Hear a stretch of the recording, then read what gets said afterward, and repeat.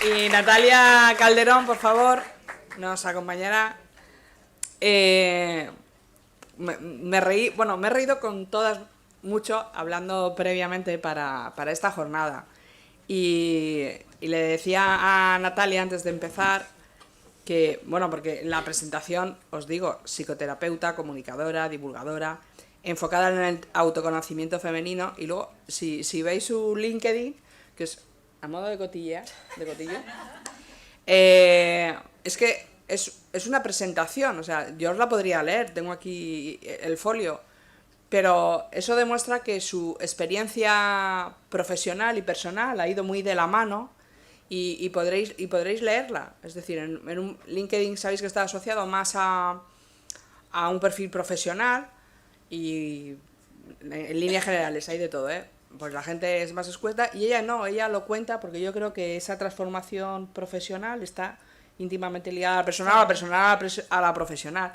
Ahora nos lo aclarará, pero lo que sí os digo es que vais a conocer a una persona que es muy activa, que es muy inquieta y que no nos da tiempo a contar todo lo que hizo antes de empezar con su actual enfoque profesional, pero sí que me gustaría invitarle, que va a hacer un ejercicio muy complicado, porque nos va a decir cómo pasó de trabajar en un banco a su actual profesión. Y me ha dicho, ¿cómo resumo esto? Digo, muy breve. Es que hay pues 15 años ahí, o sea, es mucho 15 años tiempo. en 2 minutos. ¿Se puede hacer o no? Di que sí. Ha hecho Mari Carmen una presentación. A la mujer no le deja contar casi nada de todo lo que hace. Venga, tú puedes. Bueno, pues yo empecé trabajando en un banco. Sí que es verdad que, bueno, pues al final estudias una carrera, ¿no? Y trabajas pues en la profesión de moda que hay en ese momento. ¿En un banco era de moda? En aquel momento sí. O sea, es decir, la gente que yo estudié empresa, luego estudié en Inglaterra comercio internacional, entonces a saber inglés, a saber idiomas, era como bastante fácil de que te cogieran a trabajar.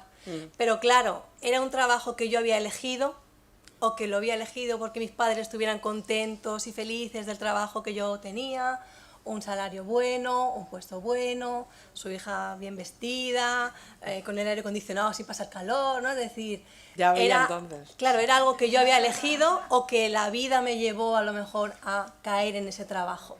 ¿Y la respuesta es? La vida me llevó a ese trabajo, o sea, no es el trabajo de mi vida para nada, porque de hecho una vez que tú estás trabajando te das cuenta de que, bueno, pues que te sientes como un poco vacía, ¿no? Es como, lo tengo todo, aparentemente, ¿no? Tengo un buen trabajo, oye, pues me miran bien en el banco, siempre estoy de las 4 primeras en ventas, me llaman para que vaya a las conferencias de directivos sin yo ser directiva, pero claro, es como... ¿Y el clic cuándo se produce? Cuando yo dije, a ver, ¿esto es por mí o es por mi familia? ¿Esto es para que los demás me pongan la medallita o yo quiero aguantar esto cuando yo no soy feliz? Porque claro, en aquel momento, es decir, yo empecé en el banco con 21 años y yo dije, ostras, espérate, tengo toda la vida por delante. Creo que es una persona con muchas habilidades, con muchas capacitaciones y me siento que valgo para algo más que estar sentada en un banco en plan funcionaria, ¿vale? Entenderme un poquito esta expresión. Y al final decidí apostar por mí, enfrentándome a que me fui en plena crisis económica a emprender mi propio negocio, cuando era mi primera empresa que montaba por aquel entonces, era 2012. Entonces, claro, el revuelo muy buena que época se montó, para emprender. Claro, exactamente, no elegí la mejor época para emprender, pero siempre he dicho que al final es lo que tú quieres. Si tú realmente sientes que no es el sitio, yo apuesto por mí. Es decir, tengo toda la vida por delante para avanzar, crecer y, oye, prueba suerte, ¿por qué no? A tiempo de volver al banco siempre iba a estar. O en otro trabajo. Ya ahí hay un impasse porque sacas en proyectos emprendedores, una empresa... Bueno, se mete muchos líos. Voy a resumir en se mete muchos líos, porque ella veo que le cuesta los últimos 7 años, le cuesta resumirlos. Es que son los que más me emocionan, ¿eh? No, pero llega un momento que ya decides, bueno, voy a empezar a trabajar, cuéntalo. Claro, yo dejé el banco, me monté una empresa de importación y exportación. No, la de importación saltala. Pero claro, fracasé. Es muy importante que entiendan que yo fracasé y me endeudé con 100.000 euros cuando tenía 27 años. Entonces, claro, si ya vengo de anterior del banco, ahora aguanta a la sociedad en general que te apunten con el dedo. Y yo lo que hice fue de ese fracaso, verlo en la parte positiva y verlo como un aprendizaje. Y lo mismo, tengo toda la vida para poder pagar la deuda. No me voy a quedar en casa llorando las penas, que obviamente sí lo hice. Y eso para mí, ahí toqué fondo en todos los sentidos, no solamente a nivel económico, sino a nivel también, oye, estudié una carrera, me pensaba que valía y luego dije, ostras, pues, ¿qué pasa? ¿Que no valgo? Entonces mi autoestima, mi merecimiento, pues eso, al final la gente decía, mira, tú tanto que te querías comer el mundo y al final, mira, no sé cuánto, ¿no? Para lo que has quedado. Pues eso a nivel emocional es muy duro de vivir. Y más cuando eres joven, en unas edades, 27, 28 años, que quieras o no, pues bueno, son complicadas, ¿no? Como que quieres buscar tu sitio y no lo encuentras.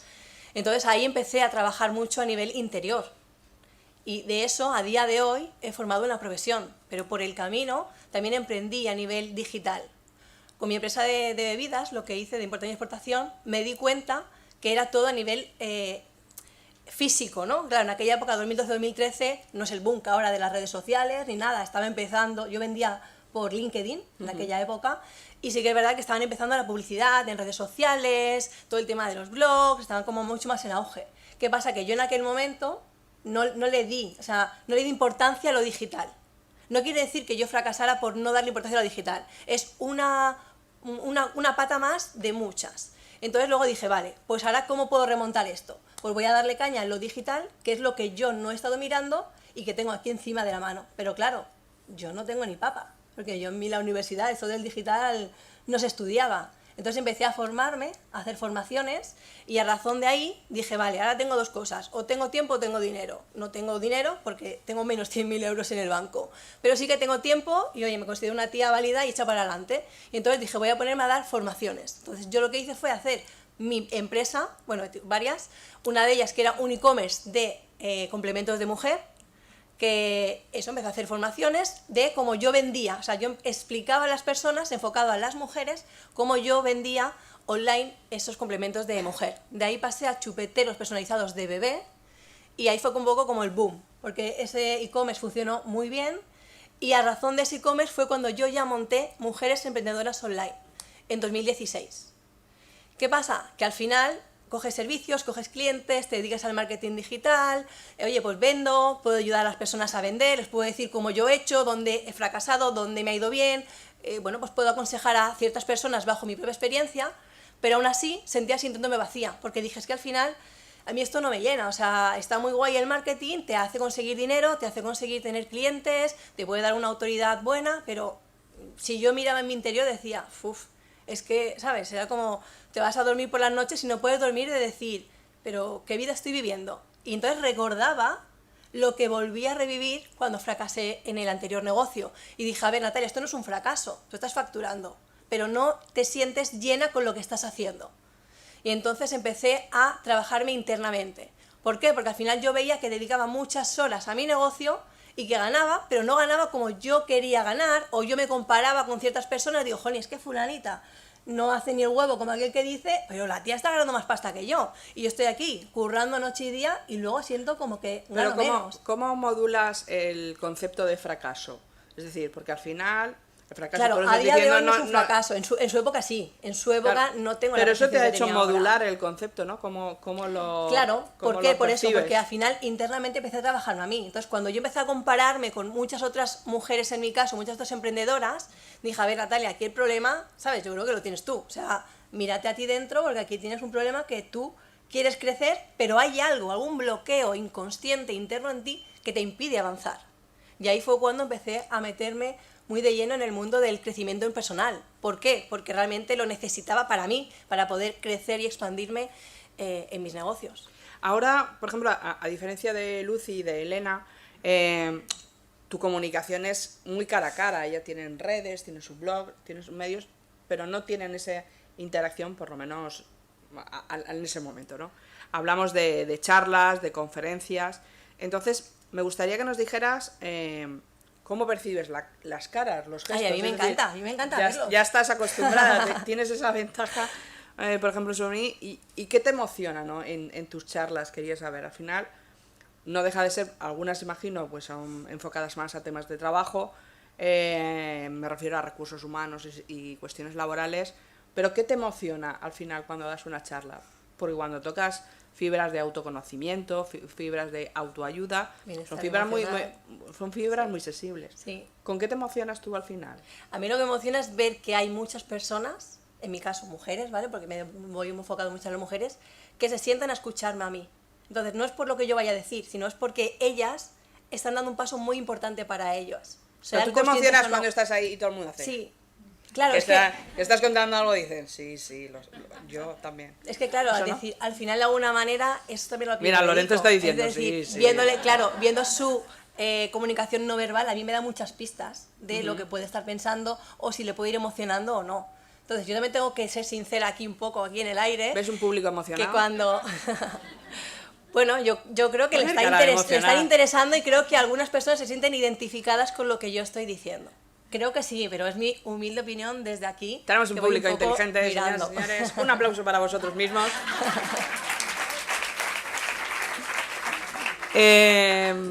Te preguntaba también que las charlas, las más multitudinarias, porque una cosa son los grupos pequeños, de 10, 12 personas, donde es fácil llegar, y otras son las grandes, ¿no? En esos grupos reducidos, todavía teniendo en cuenta que estamos en una escuela de talento femenino, ¿nos cuesta presentarnos, autopresentarnos? Sí, pero da igual que hayan 20 que hayan 200. Eso también depende mucho de la personalidad de cada persona. Si es una persona más tímida o más extrovertida, también depende mucho pues, eso, de sus vivencias, de sus creencias, de su parte inconsciente. Es decir, pero yo entiendo que tú cuando vas a un curso que quieres explorar y aprender... Sí. Eres consciente o partes de la base que o eres tímida o no o que necesitas ayuda, es que al final podemos ver de distintas maneras.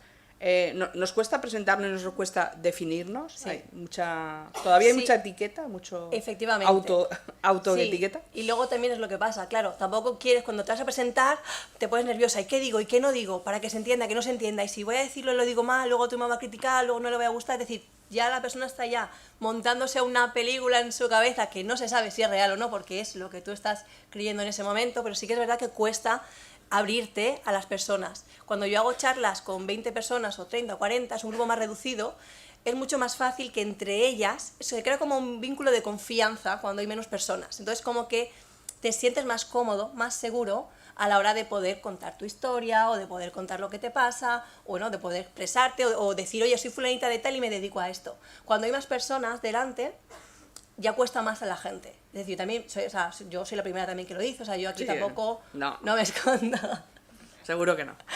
Y cuesta más por eso, pero porque estás pensando en, ¿y si uno no le voy a gustar, ¿no? Por el qué dirán, qué pensarán de mí? Entonces, eso todavía hay temas que... Esa seguridad en una persona se nota. El eje central de la charla, de la gala, de jornada, es la comunicación y la emoción. Hay una parte de comunicación que cuando hablaba contigo era determinado lenguaje, ¿no? Hablamos de autoconocimiento, para que lo sepan ustedes, está cursando un máster de bioneuroemoción. Y a partir de ahí, en los últimos años se ha generado un lenguaje que yo a veces resulta complicado seguirlo, ¿no? ¿Cómo has aprendido ese lenguaje y cómo podemos conocerlo ahora? Porque quizás muchas personas se sientan interesadas por ir, por acercarse, pero hay una terminología que es inabarcable ahora mismo. La tecnológica la hemos ido aprendiendo y yo creo que esta todavía nos cuesta y cuesta saber al final de qué estamos hablando. ¿Cómo has ido aprendiendo ese lenguaje y cómo recomendarías acercarnos a él?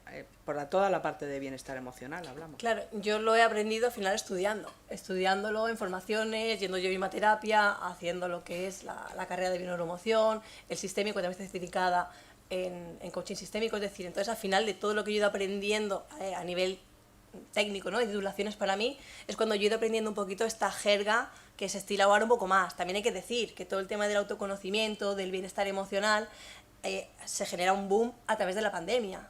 Entonces, claro, son conceptos que ya existían antes, pero no estaban tan de moda como ahora. Entonces, igual ahora se escucha más de lo que se escuchaba hace unos años, pero esa terminología siempre ha existido.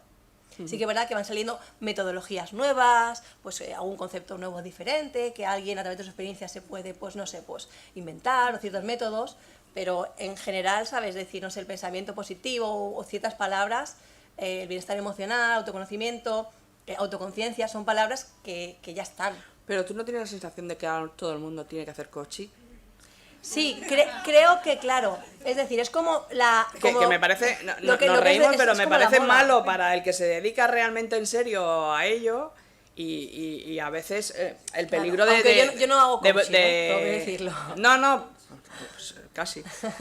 Pero es algo que es verdad, que todas tenemos, y el que no tiene un coach hace coaching y el que no, coach en medio. O sea, todo hay. ¿Esto no genera ciertos riesgos o no te preocupa que se pueda, ¿no?, diluir un poco el papel y la ayuda que intentáis prestar a personas como tú? Claro, yo me pienso que esto va como por modas. Hace unos años era el marketing digital, ahora es el tema de autoconocimiento, son como modas. Entonces, a mí no me preocupa realmente porque al final yo con mi propia experiencia es lo que yo hago. Ayudo y formo a mujeres emprendedoras o a empresarias bajo mi humilde experiencia, ¿no?, con esta experiencia que llevo estos años. Entonces, a mí no me supone un problema que haya muchas personas que hagan coach, puesto que yo no hago coaching, ¿vale? Yo me dedico más a la psicoterapia, yo voy más a la psique, a ordenar la psique, al cambio de creencia, es decir, yo tengo un enfoque diferente, entonces no pasa nada, al final, con lo que yo hago, intento ayudar a las personas, competencia va a haber siempre, y si tú estás insegura, la gente lo va a notar, y al final... Para el final, que os estoy pidiendo cuestiones un poco más personales, pues todas habéis coincidido en que hay un momento que hay un clic, que no hay algo, que te falta algo. Te había hecho una pregunta relacionada con la autoestima, ¿no? ¿Cómo sabes que no te quieres? Era mi pregunta, que te dije, esta te la voy a hacer porque yo es que siempre me he querido mucho.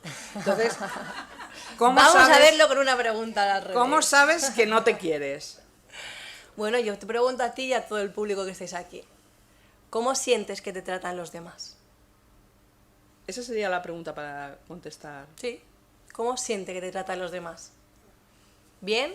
¿Quién cree que los demás le tratan bien a nivel relación laboral? ¿Quién tiene una relación buena con los compañeros? ¿Seguro? ¿Seguro?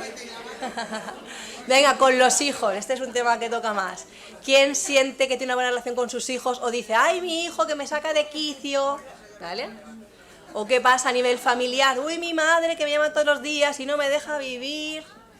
Amor-odio, es decir, depende, o sea, conforme tú veas que te traten los demás o tú sientes que te tratan los demás. Pero si tu madre te da coñazos que no te quieres. No, no es que no te quieres, simplemente es que la pregunta sería... Ah, vale. Claro, pues a ver.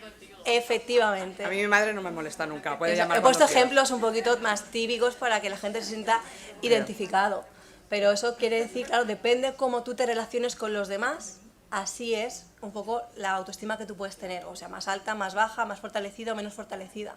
¿Por qué? Porque pasa mucho también cuando con el tema de las emprendedoras, y yo lo he vivido en mis propias carnes. Al final, si tú no confías en ti, tienes el famoso síndrome del impostor, cuando tienes un cliente delante y tienes que ponerle precios, ostras, voy a ponerle menos que la competencia porque así me va a elegir a mí, y a lo mejor luego, ¿qué pasa? Que estás atendiendo a ese cliente, que es lo que a mí me pasaba en su época cuando empecé con mis negocios, y dije, es que me saco la cuenta, es que por lo que me ha pagado, a mí no me sale la cuenta en estas horas, y siento que estoy dedicándole mucho tiempo para poco beneficio que estoy sintiendo. Entonces, ¿ahí qué pasa? Ahí estaba hablando de mí misma, de mi autoestima, que yo no me pongo en valor, con lo cual no pongo en valor mis precios, con lo cual un cliente me llama un domingo, yo se lo cojo, porque yo no me veo preparada para poner límites a un cliente y decirle, no, claro, de lunes a viernes, el fin de semana es para estar en casa con la familia.